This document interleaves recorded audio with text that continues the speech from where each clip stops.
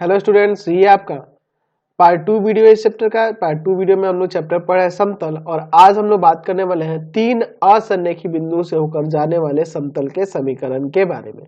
Equation of a plane passing through 3 non collinear points. चलिए हम लोग क्या करते हैं, एक त्रिविमीय तल लेते हैं। सबसे पहले एक्स वाई और ये जेड अक्ष हो जाएंगे आपके।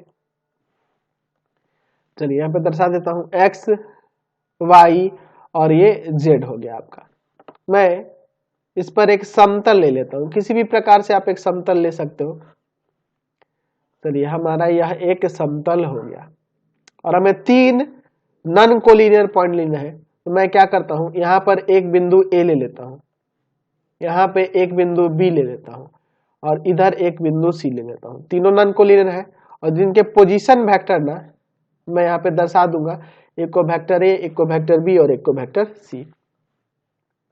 चलिए ए का, ये बी का पोजीशन वेक्टर और ये सी का पोजीशन वेक्टर। चलिए तो ये आपका वेक्टर ए हो गया, यह वेक्टर बी हो गया और यह जो हो गया वेक्टर सी हो गया। मैं एक अन्य बिंदु ले लेता हूं समतल पर पी, ठीक है, और जिसका पोजीशन वेक्टर जो है हमारे पास दिया है, पोजीशन वेक्टर जो दिया है वेक्टर आर है। यह हम लोग मान लेते हैं, ये मान लेते हैं माना तीन बिंदुएं ए, बी तथा सी समतल पर स्थित है। समतल पर स्थित है जो असंरेख है। ये ध्यान रखना है कि ये असंरेख बिंदु है। देख रहे हैं ना, एक ही रेखा में नहीं है, ये तीनों बिंदु असंरेख है तथा जिनका स्थिति सदिश क्रमशः वेक्टर ए, वेक्टर बी तथा वेक्टर सी है। और हमने एक अलग से बिंदु लिया है, माना बिंदु P समतल पर स्थित है और जिसका जो पोजीशन वेक्टर है ना वह वेक्टर आर है। और बाकी बिंदुओं का देख ही रहे हैं, ए का है आपका वेक्टर ए और फिर आपका बी का स्थिति सदिश है वेक्टर बी और सी का पोजीशन वेक्टर यानी स्थिति सदिश है वेक्टर सी। ठीक है, अब देखिए अगर मैं यहां पे कहूं कि वेक्टर पी ए का वैल्यू, वेक्टर ए पी का वैल्यू क्या होगा, तो आप कहोगे कि सर पी के स्थिति सदिश में से ए का स्थिति सदिश घटा देंगे, यानी कि vector R minus vector A कहोगे। वेक्टर एपी की बात ही ना करोगे। चलिए है ना। अच्छा, अगर वेक्टर ए बी की बात करेंगे तो क्या कहोगे, तो सर बी के पोजीशन वेक्टर में से ए का पोजीशन वेक्टर घटा देंगे, यानी कि vector B minus vector A. अच्छा, अगर मैं ए सी का पोजीशन वेक्टर बात करूं तो आप कहोगे कि सी के पोजीशन वेक्टर में से, वेक्टर ए सी की बात करूंगा तो सी के पोजीशन वेक्टर में से किसका घटाएंगे, ए का, यानी कि vector C minus vector A हो जाएगा। ठीक है, तो हमने वेक्टर ए बी भी निकाल दिया और वेक्टर ए सी भी निकाल दिया। ठीक है, अच्छा वेक्टर ए बी और वेक्टर ए सी निकाल दिए। अब मैं यहां कहूं कि वेक्टर ए बी और क्रॉस वेक्टर ए सी क्या होगा, तो देखो इन दोनों का क्रॉस प्रोडक्ट क्या होगा, तो इन दोनों पर एक लंब सदिश होगा, यानी वेक्टर ए सी पर और वेक्टर ए बी पर, दोनों पर हमें एक लंब सदिश प्राप्त होगा। यही आपका क्या होगा, आपका क्या होगा, तो vector A B cross vector A C के बराबर होगा। समझे ना। तो यहां पे हम लोग देख सकते हैं वेक्टर ए पी आपके समतल पर स्थित एक क्या है, समतल पर स्थित एक आपकी क्या है, सदिश है, और समतल पे लंब सदिश आपका क्या हो जाएगा, vector A B cross vector A C. तो जब इस पे लंब है तो इन दोनों का डॉट प्रोडक्ट बराबर 0, तो यहां लिख सकते हैं कि वेक्टर ए पी डॉट में vector A B cross vector A C बराबर में 0।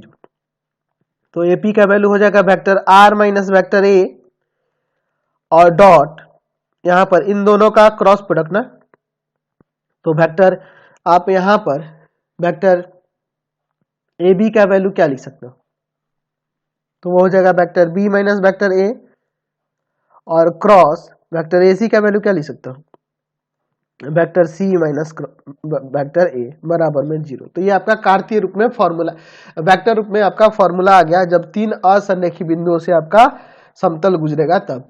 अब इसका कार्तीय रूप देख लिया जाए।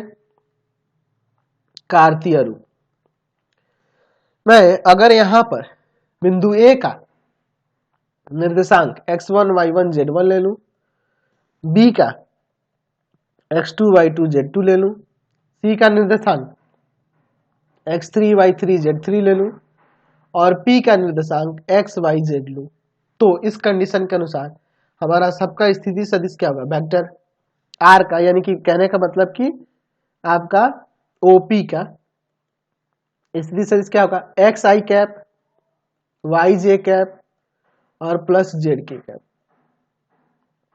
चलिए, और फिर आपका वेक्टर A का यानी OA का क्या हो जाएगा, x1 I cap plus y1 j cap plus z1 k cap. ठीक है, OB का यानी कि वेक्टर B का x2 I cap plus y2 j cap plus z2 k cap, और C का यानी वेक्टर OC यानी कि वेक्टर C बराबर में हो जाएगा x3 I cap y3 j cap z3 k cap. तो vector R minus vector A का मान क्या होगा, इन सबको निकालना होगा ना। Vector R minus vector A x minus x1 I cap plus y minus y1 j cap plus z minus z1 k cap हो जाएगा। Vector B minus vector A का मान क्या आएगा, x2 minus x1 I cap plus y2 minus y1 j cap plus z2 minus z1 k cap. Vector C minus vector A का मान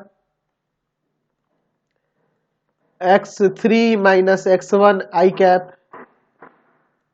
y3 minus y1 j cap और plus z3 minus z1 k cap. और इसमें मैं रखूंगा तो यह किसके बराबर हो जाएगा, तो यह डिटर्मिनेंट ऑफ, यहां पे मैं लिख सकता हूं x minus x1 y minus y1 z minus z1, x2 minus x1 y2 minus y1 z2 minus z1, x3 minus x1 y3 minus y1 और z3 माइनस z1 बराबर में 0 के ये बराबर है, कार्तीय रूप में हो गया। समझ गए। चलिए अब देखते हैं समतल के समीकरण का अंतःखंड रूप, intercept form of a equation of a plane. मैं मान लेता हूं, माना समतल का x y तथा z अक्षों के साथ अंतःखंड क्रमशः A B तथा C है। ठीक है, चलिए यह आपका x अक्ष हो गया, यह आपका y अक्ष हो गया और यह आपका z अक्ष हो गया। ठीक है, यह x, यह y और यह आपका z अक्ष हो गया। अंतःखंड मत समझते हैं ना कि यह x अक्ष पे A बिंदु पर काट रहा है, A 0 0 हो जाएगा।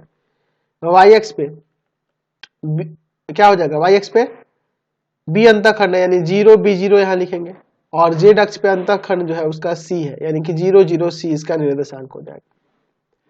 ठीक है, चलिए तो इसका समीकरण क्या होगा, इसका समीकरण क्या होगा, इस समतल का समीकरण क्या होगा। तो अभी हमने देखा था तीन असंरेखी बिंदुओं से जब कोई समतल गुजरता है तो उसका समीकरण क्या होता है। तो हम लोग उसी फॉर्मूला को यहाँ लगा देंगे तो काम नहीं हो जाएगा हमारा। चलिए तो हम लोग वही फॉर्मूला लगा देते हैं, आसानी से यहाँ समझा पाएंगे हम लोग। तो हम देखो इसको हम लोग x1 y1 z1 मान लेते हैं, इसको हम लोग x2 y2 z2 मान लेते हैं, और इसे हम लोग x3 y3 z3 मान लेते हैं। तो समतल का समीकरण के लिए क्या हो जाएगा फॉर्मूला, अभी जो बढ़े थे कार्तीय रूप में, x minus x1 y minus y1 और z माइनस z1। फिर यहाँ पे x2 minus x1 y2 minus y1 और z2 माइनस z1। फिर उसके बाद x3 माइनस में x1 y3 माइनस में y1 और z3 माइनस में z1 बराबर 0। यानी यहाँ आ जाएगा x minus a y z minus a b 0 minus a 0 c बराबर में 0। चलिए अब इसको सॉल्व करते हैं।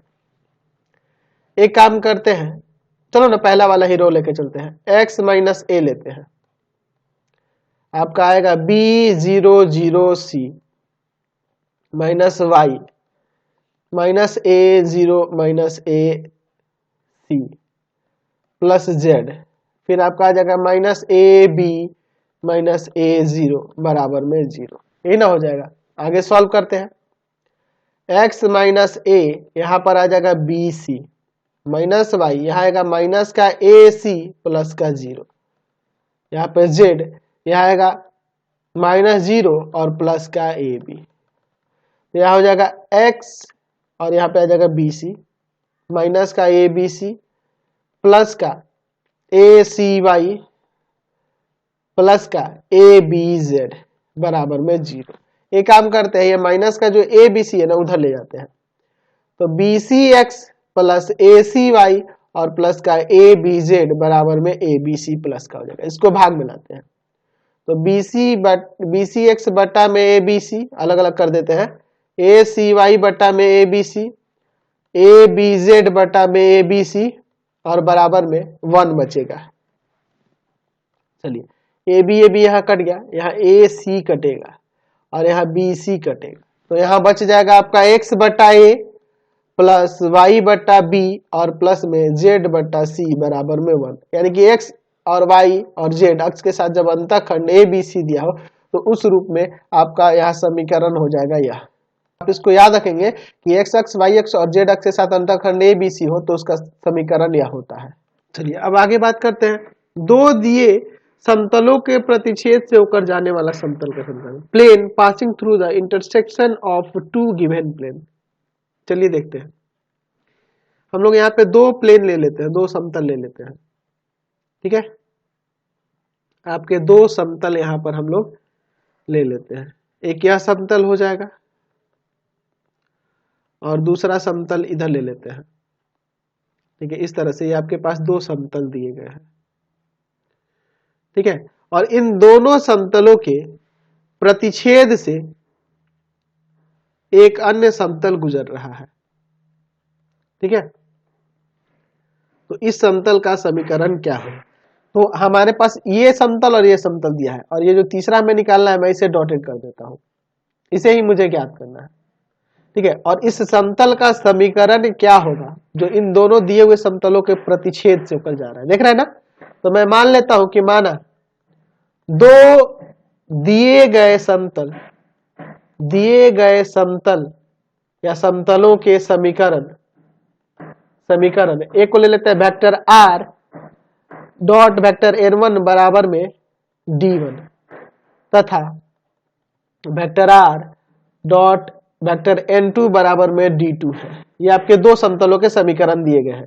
तो अभिष्ट जो हमें ज्ञात करना है समतल का समीकरण, या ऐसे भी लिख सकते हैं कि दोनों समतलों के प्रतिच्छेद से होकर जाने वाले समतल का समीकरण, दोनों समतलों के प्रतिच्छेद से होकर जाने वाले समतल का समीकरण वह हो जाएगा vector r dot vector n1 plus lambda vector n2 और प्लस बराबर में d1 प्लस लेमडा d2। अब कहोगे कि सर ये कैसे होगा, तो देखो यहाँ लेमडा एक कांस्टेंट है, ठीक है। देखो और इस कांस्टेंट का मान निकालने के लिए हम लोग क्या करेंगे, देखिए ये जो समतल जा रहा होगा, यह समतल ये प्रतिच्छेद से जाएगा, तो इस पर स्थित कोई बिंदु हमारे पास क्वेश्चन में दी गई होगी,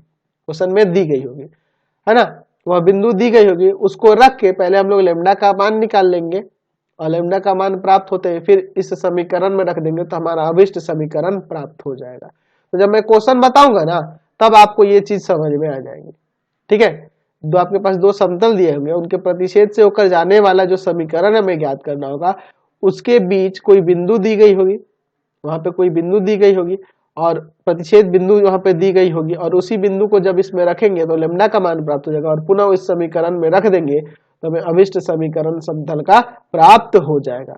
अब इसका कार्तीय रूप में कैसे होगा, कार्तीय रूप में किस तरह से होगा, तो हमारे मान लेते हैं कि माना दो समतलों का समीकरण हम लोग किस तरह से मान लेते हैं, वेक्टर रूप में मान लेते हैं a1x plus b1y plus c1z plus d1 बराबर 0 तथा a2x plus b2y plus c2z plus d2 बराबर 0 दिया हो, तो आपके दोनों समतलों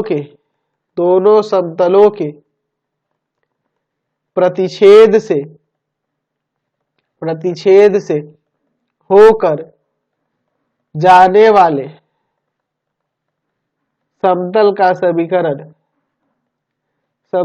समीकरण क्या हो जाएगा आपका, तो हो जाएगा a1x plus b1y plus c1z plus d1 plus lambda into में a2x plus b2y plus c2z plus d2 बराबर में 0। अब यहाँ हम लोग लेमडा का वैल्यू कैसे निकालेंगे, तो जो x y z है ना, कोई निर्देशांक दिया होगा जहां से वह समतल गुजर रहा है, तो वहां रखेंगे पूरा, तो हमें लेमडा का वैल्यू पता चल जाएगा, लेमडा का वैल्यू फिर वापस इसी समीकरण में रख देंगे तो हमारा अभिष्ट समीकरण निकल जाएगा समतल का। चलिए अब हम लोग बात करते हैं दो रेखाओं का सहतलीय होना कैसे होगा, यानी कि कोप्लनरिटी ऑफ टू लाइन, मतलब कि दो रेखाएं एक ही तल पर स्थित होंगी, उसके लिए क्या कंडीशन है। मैं यहाँ पर ये मान लो एक तल ले लेता हूं, कैसा भी आप तल ले सकते हैं। चलिए यहाँ आपका एक तल हो गया, इस पर मैं मान लेता हूं हमारे पास दो रेखाएं हैं, ठीक है। आप त्रिविमीय ज्यामिति के अंदर भी इसको दर्शा सकते हैं, यहाँ पे हम लोग त्रिविमीय ज्यामिति के अंदर भी इसे दर्शा सकते हैं, कोई दिक्कत नहीं है, एक्स अक्ष वाई अक्ष और जेड अक्ष लेकर, ठीक है। चलिए इस तरह से एक्स वाई जेड, यह आपका एक तल हो गया और तल पर ये दो रेखाएं दी गई हैं, एक ही तल पर कब होंगी, यानी कि कोप्लनरिटी कब होगा। कोप्लनरिटी यानी कि सहतलीय के लिए मैंने आपको बता रखा है कि या तो वो एक ही तल पर स्थित हो या एक ही तल के समांतर हो, समझे ना, एक ही तल पर स्थित हो या एक ही तल के समांतर हो। तो मैं मान लेता हूं कि माना दो रेखाओं का समीकरण क्रमशः हमारे पास दिया हो, एक वेक्टर r बराबर में vector a1 plus lambda vector b1 और दूसरा जो दिया है वेक्टर r बराबर में vector a2 plus mu vector b2। तो देखो मान लेते हैं कि यह आपका पहला रेखा है L1 और ये जो है आपकी दूसरी रेखा है L2। यहाँ पे हमारे दोनों समीकरण दिए हैं, ये L1 का दिया है और यह दूसरा वाला L2 का दिया है, ठीक है। तो ये वेक्टर A1 क्या है, तो इस पर स्थित एक बिंदु दिया होगा जिसका यह पोजीशन वेक्टर दिया हो और इस रेखा के समांतर सदिश जो दिया है वह आपका क्या है, वह समांतर सदिश जो है आपका कहीं भी हो सकता है, वह समांतर सदिश क्या है आपका वेक्टर B1 है, ठीक है। उसी तरह से दूसरी की बात करेंगे तो यहाँ पर स्थित इस रेखा पर स्थित एक बिंदु B दिया है, ठीक है, जिसका पोजीशन वेक्टर A2 है, ठीक है। और इस रेखा के समांतर एक सदिश दिया है जिसे हम लोग वेक्टर B2 के नाम से यहां जान रहे हैं। हम लोग जानते हैं ना जी, ये दोनों चीजें जानते हैं। ये क्या होता है कि एक बिंदु जो रेखा पर दी गई हो उसका स्थिति सदिश है, और यह क्या है, उस रेखा के समांतर एक सदिश दिया गया है, इसे ना दर्शाएंगे। चलिए, तो अगर मैं vector B1 cross vector B2 निकालता हूं तो वह एक ऐसा सदिश होगा जो इस समतल पर लंब होगा, जो इस समतल पर लंब होगा। यानी कि लिखेंगे कि समतल पर लंब सदिश, लंब सदिश क्या होगा आपका, तो लंब सदिश होगा वेक्टर B1 क्रॉस में वेक्टर B2, यही ना हो जाएगा। अच्छा, और अगर मैं वेक्टर AB की बात करूंगा तो आप B के पोजीशन वेक्टर में से A का पोजीशन वेक्टर घटा दोगे, यानी कि A2 minus vector A2 minus vector A1 लिखोगे, यही ना लिखोगे, vector A2 minus vector A1। चलिए, यही ना होगा। अब देखिए, समतल पर एक स्थित सदिश यानी वेक्टर AB जो होगा वह तो लंब होगा ही ना जी vector B1 cross vector B2 पर, क्योंकि vector B1 cross vector B2 समतल पर एक लंब सदिश है। तो इन दोनों का डॉट प्रोडक्ट हम लोग क्या ले सकते हैं, इन दोनों का डॉट प्रोडक्ट बराबर में हम लोग 0 लिख सकते हैं। चलिए, तो वेक्टर AB की बात करें तो vector A2 minus vector A1 हो जाएगा, और डॉट ये वेक्टर B1 और क्रॉस में वेक्टर B2, यानी कि यह कंडीशन जब सेटिस्फाई करेगा तो दोनों आपकी रेखाएं एक ही तल पर या एक ही तल के समांतर होंगी, यानी कहने का तात्पर्य है कि सहतलीय होंगी। अच्छा, अगर मैं कार्तीय रूप में बात करूं तो कार्तीय रूप में मान लेते हैं कि वेक्टर A जो है ना, वेक्टर A1 वेक्टर A1 जो है ना वह है आपका x1 i cap plus y1 j cap plus z1 k cap, और वेक्टर A2 जो है ना वह है x2 i cap plus y2 j cap और प्लस z2 k कैप, ठीक है। और वेक्टर B1 जो है ना वह दिया है आपके पास A1 i cap B1 j cap और प्लस C1 k कैप, और वेक्टर B2 जो दिया है ना वह है आपका A2 i cap B2 j cap और प्लस में C2 k कैप। तो इसके अनुसार अगर मैं इन दोनों का डॉट प्रोडक्ट निकालूं तो उसका डिटर्मिनेंट वैल्यू किस तरह से दिखाएंगे, इसका वैल्यू हम लोग किस तरह से दिखाएंगे, तो यह determinant of x2 minus x1 y2 minus y1 z2 minus z1, और यहाँ पे A1 B1 C1 A2 B2 C2 बराबर में 0 के बराबर होगा, ठीक है। आप इसको सॉल्व करोगे, जो आएगा वही वैल्यू इसका भी आएगा, ठीक है। चलिए, तो समझ में आया, ये कार्तीय रूप में हो गया। आप इसको सिंप्लीफाई करके देख सकते हो, इसके बराबर आएगा। अगर मान लीजिए किसी समतल का समीकरण ax plus by plus cz बराबर में d दिया है, ठीक है, और मुझे इससे क्या करना है कि मूल बिंदु से समतल के बीच की दूरी, मूल बिंदु से समतल के बीच की दूरी और जो आपका समतल होगा, समतल उसके डायरेक्शन कोसाइन की बात करेंगे तो किस तरह से निकालेंगे, तो हमें करना क्या होगा कि root under A square plus B square plus C square से भाग कर देंगे, ठीक है। तो भाग करने पर हो जाएगा a बटा में root under A square plus B square plus C square into X, b बटा में root under A square plus B square plus C square into Y, c बटा में root under A square plus B square plus C square Z बराबर में d बटा में root under A square plus B square plus C square. तो यहां जो होगा ना मूल बिंदु से हम लोग देखे थे ना LX plus MX plus NX sorry LX plus M Y plus N Z बराबर डी के रूप में था, इस रूप में होना चाहिए था, लेकिन यहाँ पे ए बी सी दिया हुआ है, तो इसीलिए मुझे क्या करना होगा, डायरेक्शन कोसाइन यहाँ पे ना होने चाहिए, इसीलिए मैंने क्या किया कि इसका मैग्नीट्यूड निकाल लिया, यानी root under A square plus B square plus C square से मैंने भाग कर दिया सब में। तो ये आपके यहां से ये आपके क्या हो जाएंगे, डायरेक्शन कोसाइन हो जाएंगे, और मूल बिंदु से समतल के बीच की दूरी यह हो जाएगी। तो इस तरह से हम लोग क्वेश्चन को सॉल्व करेंगे एक्सरसाइज में, जब शुरू के एक्सरसाइज के क्वेश्चन बनाएंगे तब, ठीक है। यानी कहने का मतलब कि मुझे अविलंब रूप में बदलना होगा तब मुझे कह देगा कि अविलंब रूप में एक समतल का समीकरण दे देगा, उसे अविलंब रूप में बदलना होगा और उसके डायरेक्शन कोसाइन और मूल बिंदु से उस समतल के बीच की दूरी लिखनी हो, तब हम लोग ये काम करेंगे। तो इस वीडियो को हम लोग यहीं पे एंड कर देते हैं। हमारे 3 चैनलों को आप सब्सक्राइब करेंगे। पहला है पाथ फाइंडर क्लासेस छपरा,